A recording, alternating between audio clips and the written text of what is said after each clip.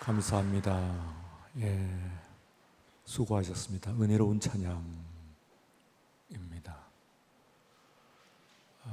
회복되는 교회의 면면을 여실히 보여주는 찬양, 은혜로운 찬양입니다.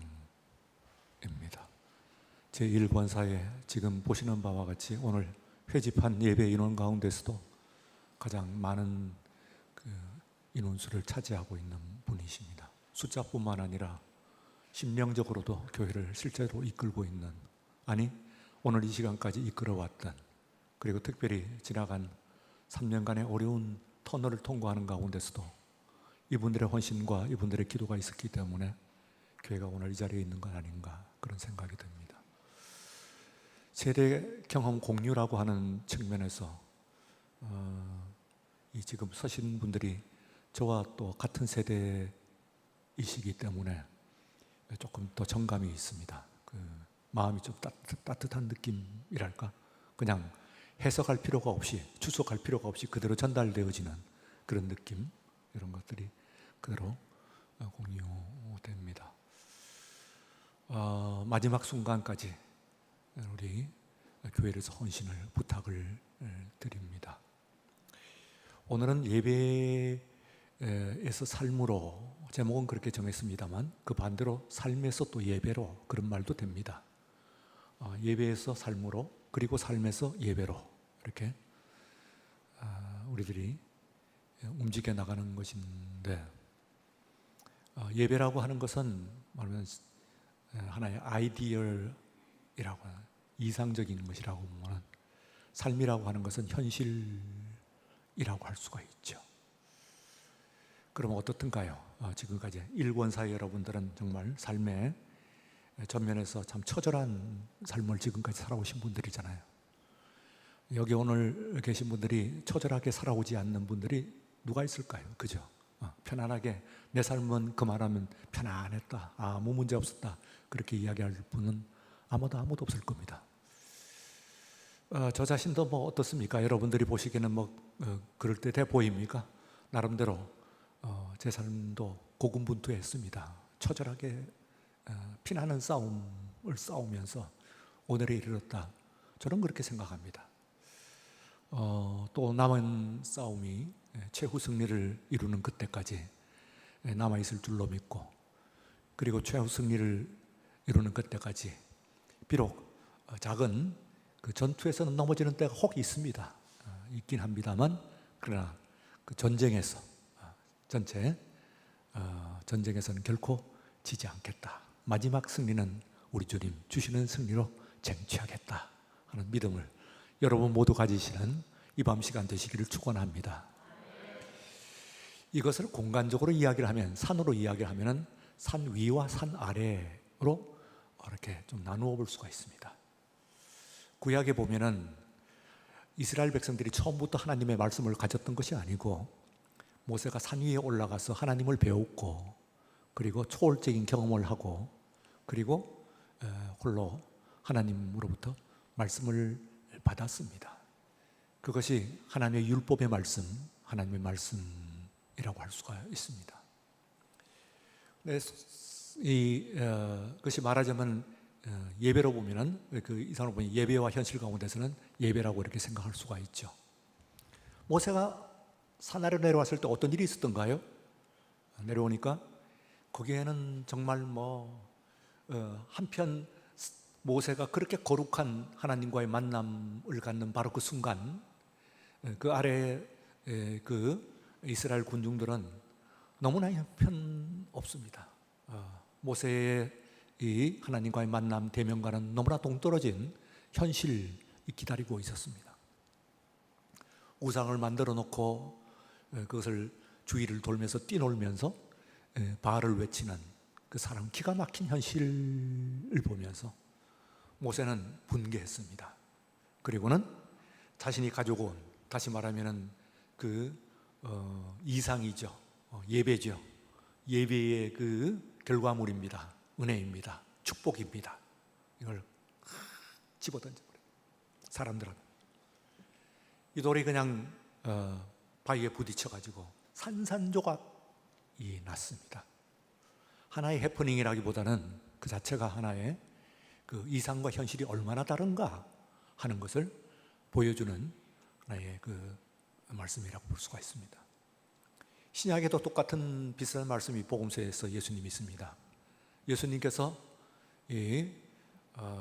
베드로와 그리고 야고보와 그의 동생 요한을 데리고 따로 산 위에 올라가셨습니다.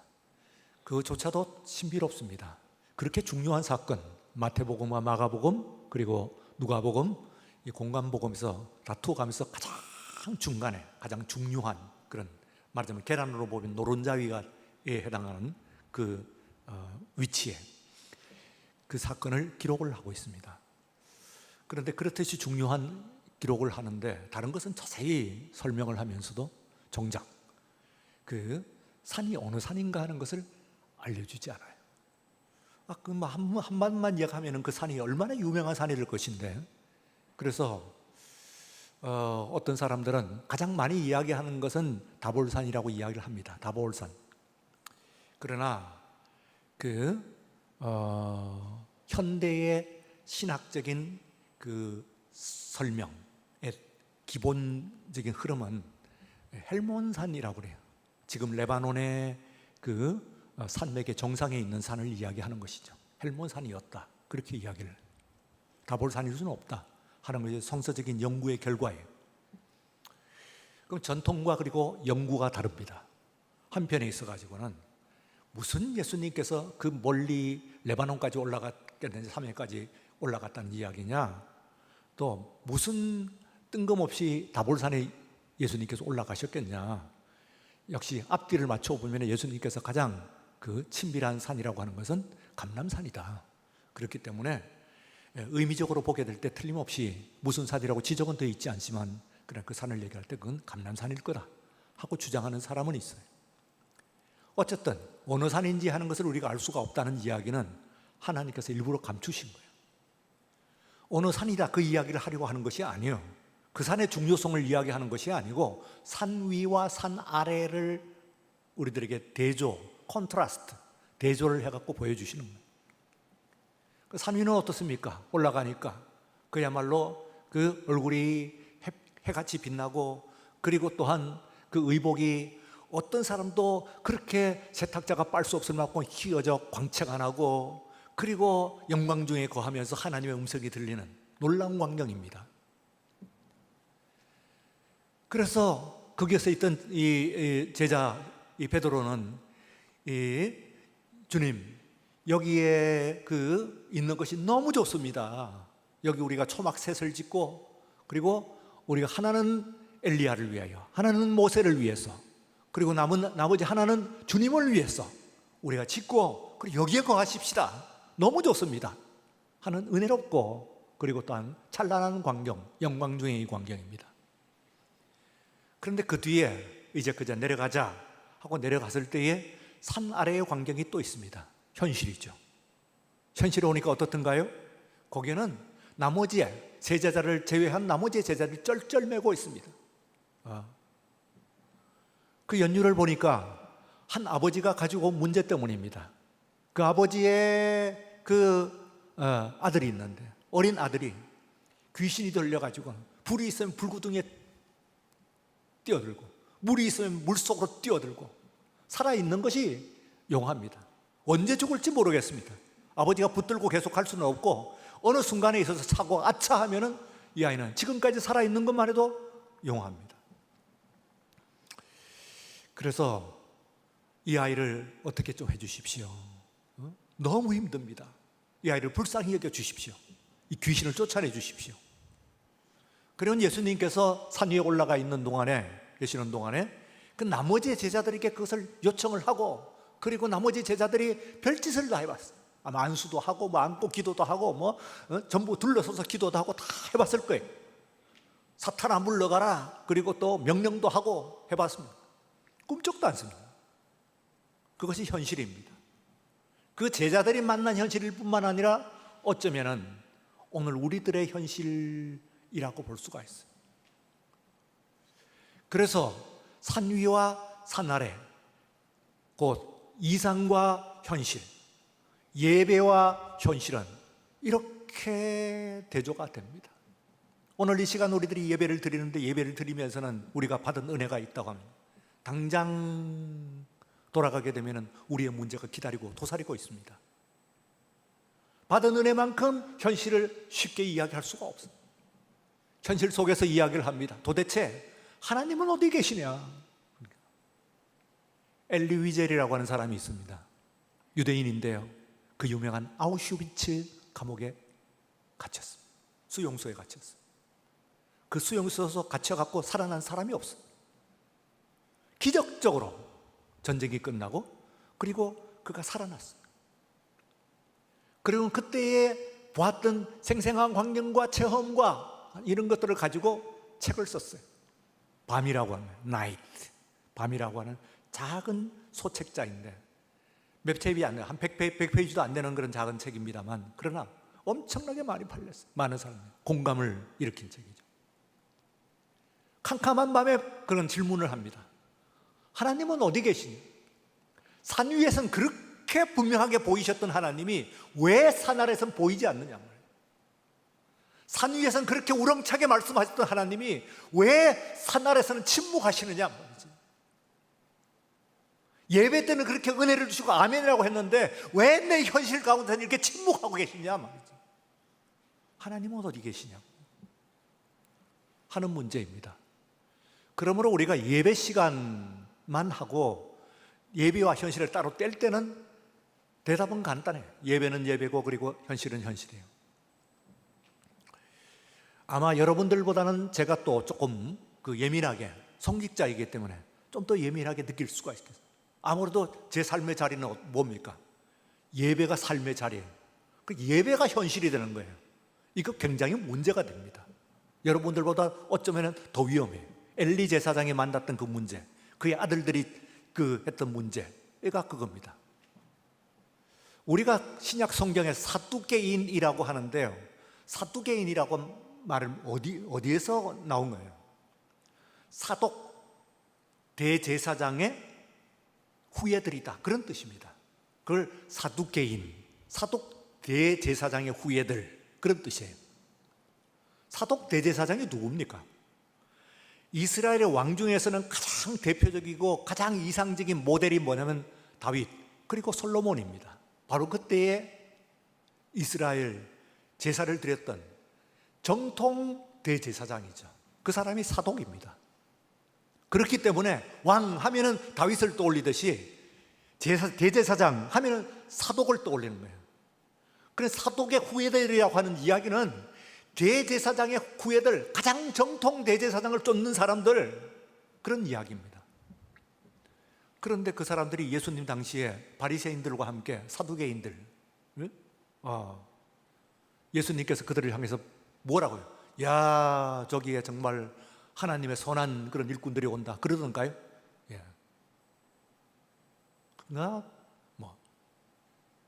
그야말로 그들은 독사의 자식들이에요. 그런 주님의 심판을 받은 사람이에요. 그 당시에 그들만일까요? 아니면 예배가 일상화되면 그렇다는 거예요. 그러니 어떤 의미에서는 목회자들이라고 하는, 성직자라고 하는 사람들은 목회가 일상이 될 수 있어요. 너희 직업이 무엇이냐? 목회자입니다. 말해놓고 섬뜩합니다. 목회자가 직업이라고? 설교가 밥벌이라고? 기도하는 것이 생활 수단이라고? 하는 질문이 안 생길 수가 없어요. 그러나 어떤 의미에서는 이게 굉장히 위험하죠. 아닌 게 아니라 보면서, 아니 남들 이웃에 있는 사람들도 봐요. 여러 목회자들 선후배 봅니다. 이야, 그리고 내 모습도 거기에 별로 지나지 않는 때도 있어요. 문제는요, 산 위와 산 아래, 곧 예배와 현실, 이 사이에서 적어도 왔다 갔다는 해야 돼. 그러니까 무슨 이야기냐 하면은 아파야 돼. 아파야 돼. 예수를 믿으면서 아무런 가책도 느끼지 않고 나는 이만하면 됐어, 제대로 잘 가고 있어 하고 생각을 하고 있으면은 그 자체가 위험 신호가 울린 거예요. 위험 신호. 오늘 아침에 경보 울렸죠? 예. 왕 하고 울렸습니다.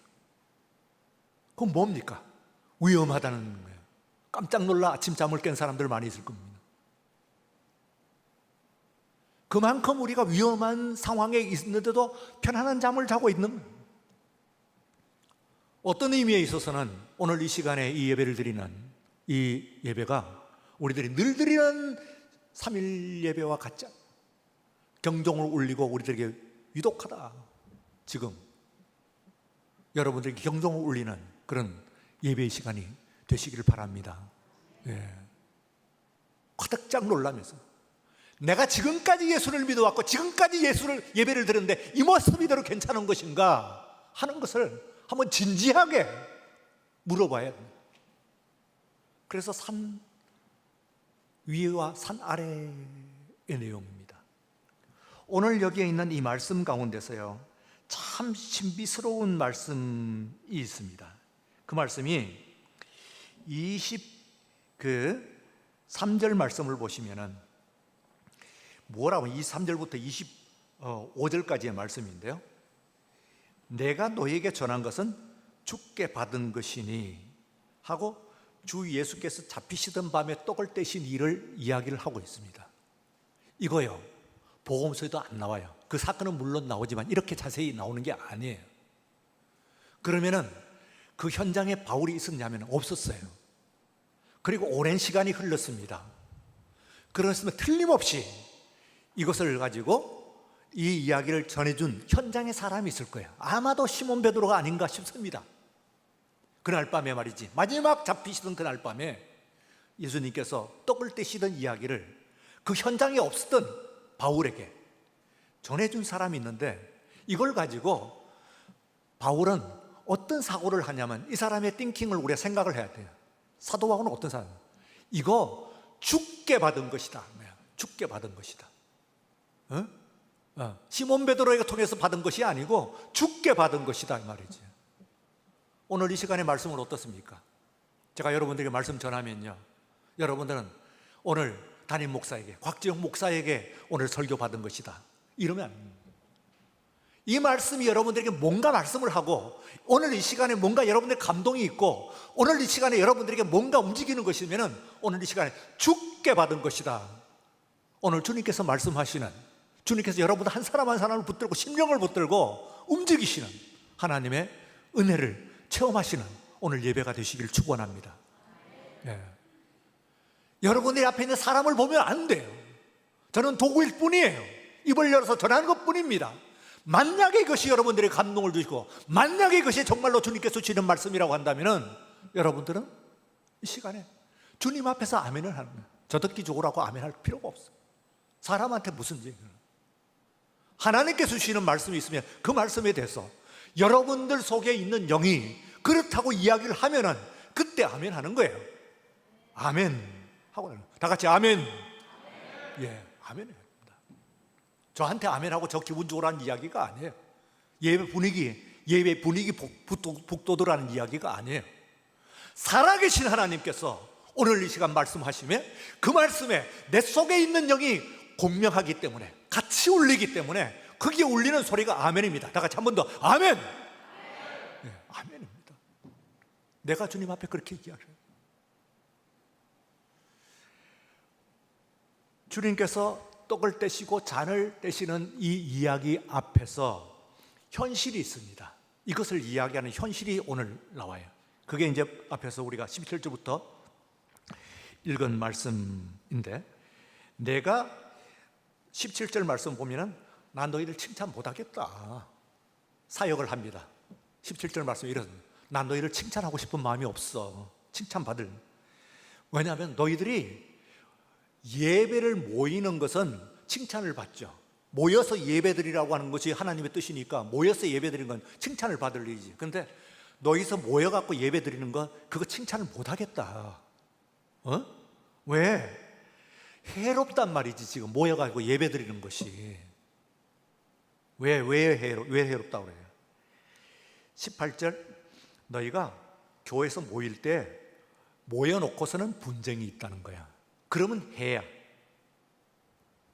모여놓고 마음이 하나가 되고 심령이 하나가 되지 못하면, 그러면 그것은 해야 모이는 것이 문제가 있는.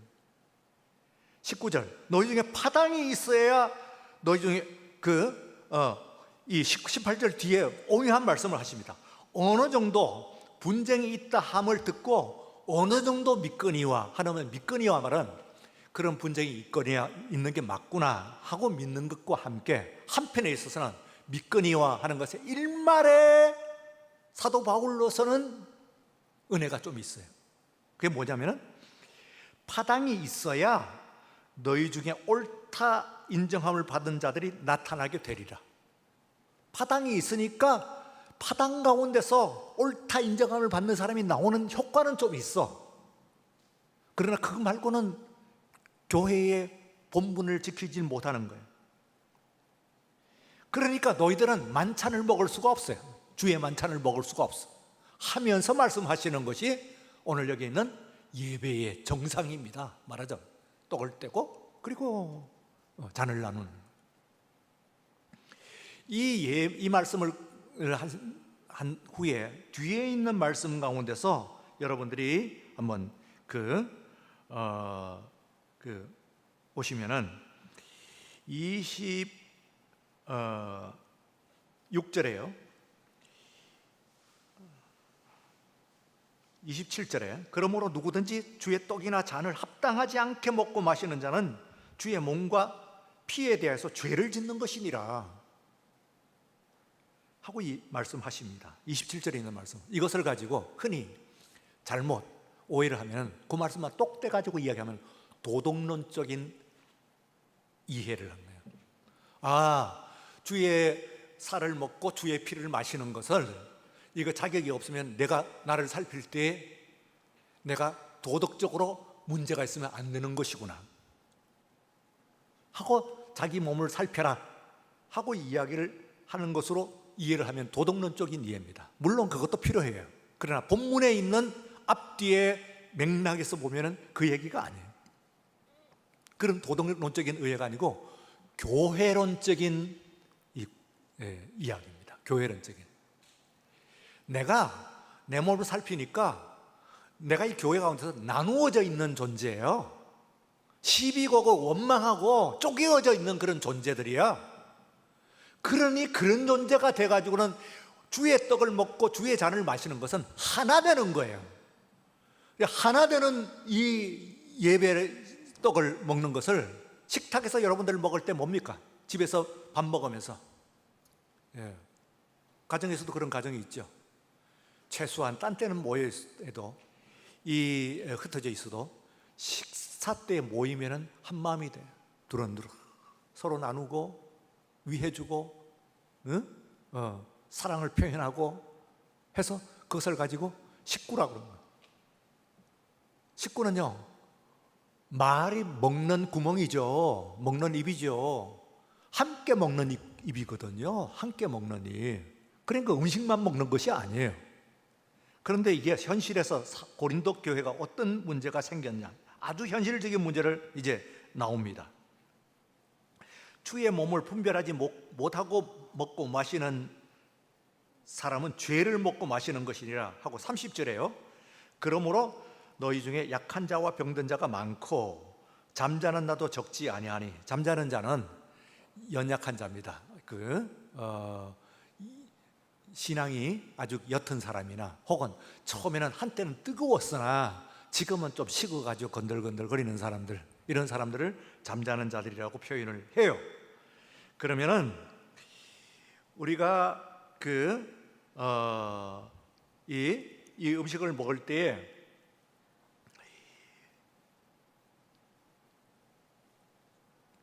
모일 때에 누구든지 그 음식을 먹을 때 그 음식을 먹고 먼저 먹어버린단 말이지. 그리고 모일 때 서로 기다리지 않고 33절에 보면 그런즉 내 형제들아 먹으러 모일 때 서로 기다리라 하는 이야기는 그 당시에 말이에요. 이 성찬식은 지금 우리가 하는 성찬식하고는 조금 달라요. 지금은 여러분들이 뭐 아주 작은 떡을 먹고 그리고 아주 작은 그 잔을 마시기 때문에 지금 초대교회가 가졌던 성찬식의 의미를 재현하는 데는 조금 한계가 있습니다. 그때는요, 우선 이 떡과 그리고 잔을, 그 포도주를 누가 가지고 오느냐 하면은, 그러면 각 교인들이 다 가지고 와요. 그런데 그 중에서 좀 여유로운 사람은 많이 가져오는 것이죠.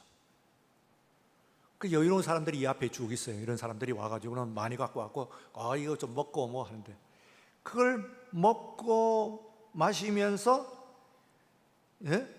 이 사람 중에서 어떤 사람은 너무 많이 먹어가지고 배가 부르고, 어떤 사람은 뒤쪽에서는 못 먹어버리는 사람이 있는 거예요. 와보니까 이미 상이 비었어. 떡이 다 날라고 동이 난 거예요. 앞에 있는 사람들은 너무 많이 마시고 취했어. 뭐 포도주를 마시고 뭐 해가지고 뭐 정신이 하나고 해롱해롱되고 막 하면서 왔다리 갔다리 한 거예요. 그런데 그 뒤에 있는 사람은 한 잔도 못 마셨네, 이걸 가지고. 그러니 이런 모습을 가면은, 원래 이 성찬이라고 하는 것은 너희들이 집이 없냐? 먹을 집이 없냐? 집에서 먹지 말이야. 그럴 것 같으면은, 잔을 마실 사람들이 없냐? 근데 교회 와가지고 한 사람은 배가 부르도록 먹고, 어떤 사람 뒤에 있는 사람들은 쫄쫄 굶고, 어떤 사람은 술을 마셔가지고는 포도주를 많이 마셔고 휘청휘청거리고 몸을 못 가누고, 뒤에 있는 사람은 거기에 참여도 못하고. 이게 무슨 모습이냐 이 말이지. 그래서 33절에 그런즉 형제들아, 먹으러 모일 때 서로 기다리라. 뒤에 혹시 못 먹는 사람이 있냐, 아직 안 온 사람이 있냐, 기다리라는 거예요. 그리고 34절, 누구든지 시장하거든 집에서 먹어라. 이제 내가 이거는 꼭 지금 바로 얘기하고, 나머지는 내가 이 고린도 교회를 가면은 너희를 바로 잡겠다, 그런 말씀을 하십니다.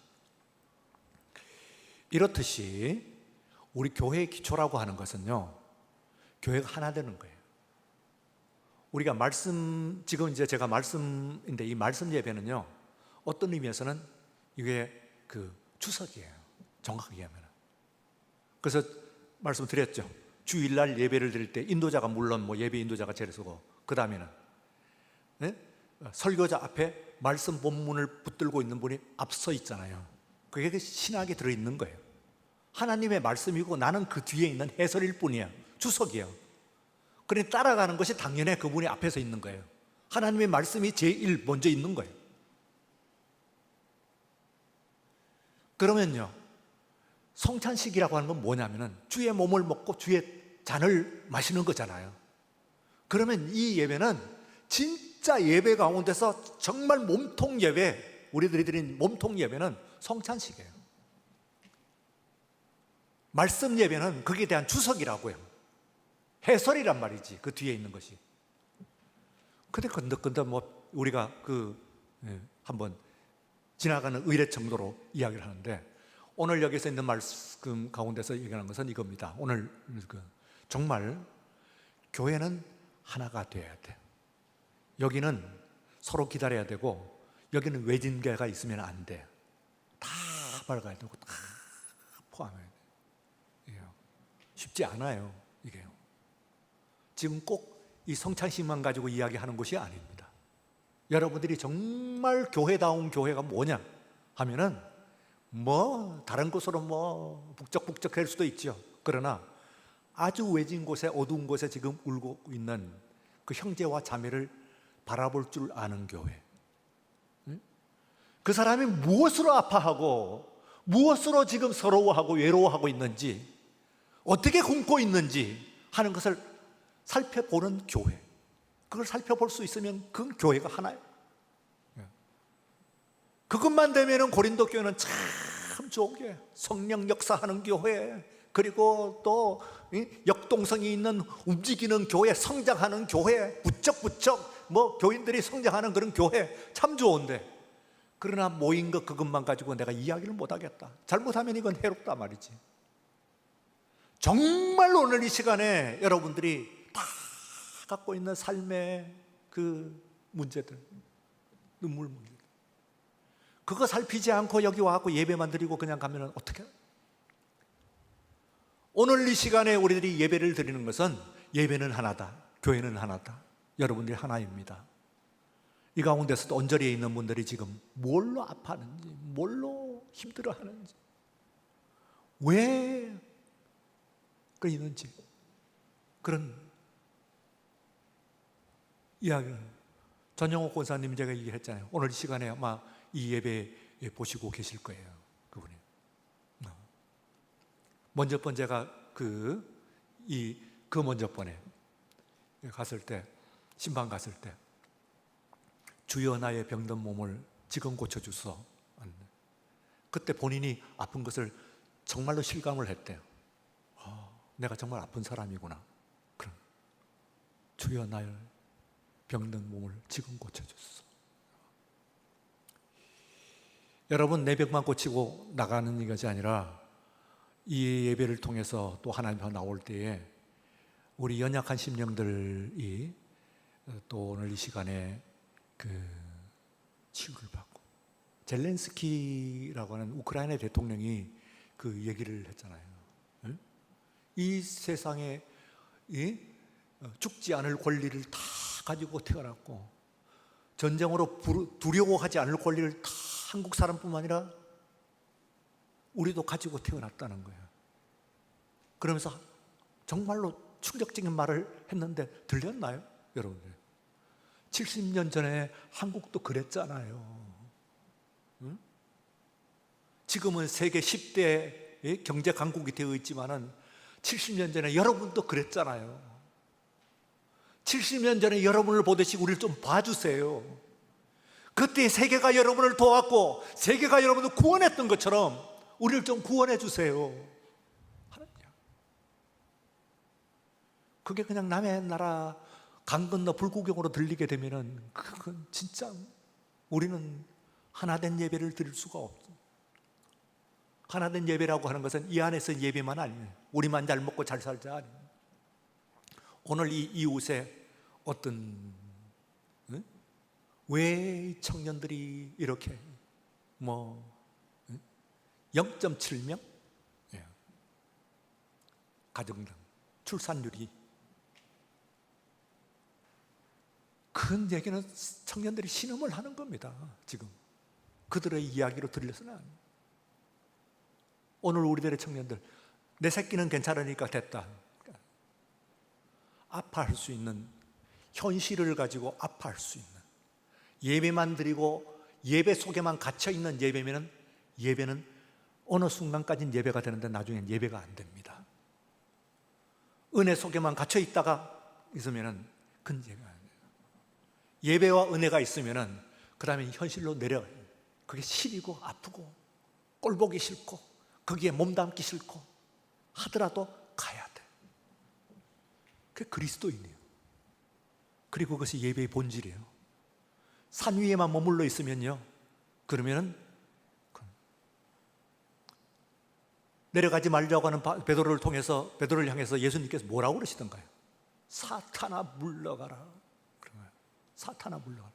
아니, 예배 가운데 있지 않은데, 예배 오래 드리고 예배 은혜 충만하지 않은데 무슨 사탄이에요? 내려가면 당장 문제가 생기는데, 피하고 싶은 문제가 있는, 그러나 그 문제를 향해서 가는 것이 우리의 받은 바 사명인 줄로 믿습니다. 오늘 이 시간에 여러분들이 정말 어우러진다고 하는 것은 산 위에만 머물러 있는 예배가 아니고 예배에서 현실로 내려가면서 그것을 부둥켜 안는 예배야말로 참된 진정한 예배이다 하는 것을 오늘 이 시간 다시 한번 확인하시고, 그리고 믿음으로 나가시는 우리의 발걸음이 되시기를 주의 이름으로 축원합니다. 우리 그 찬송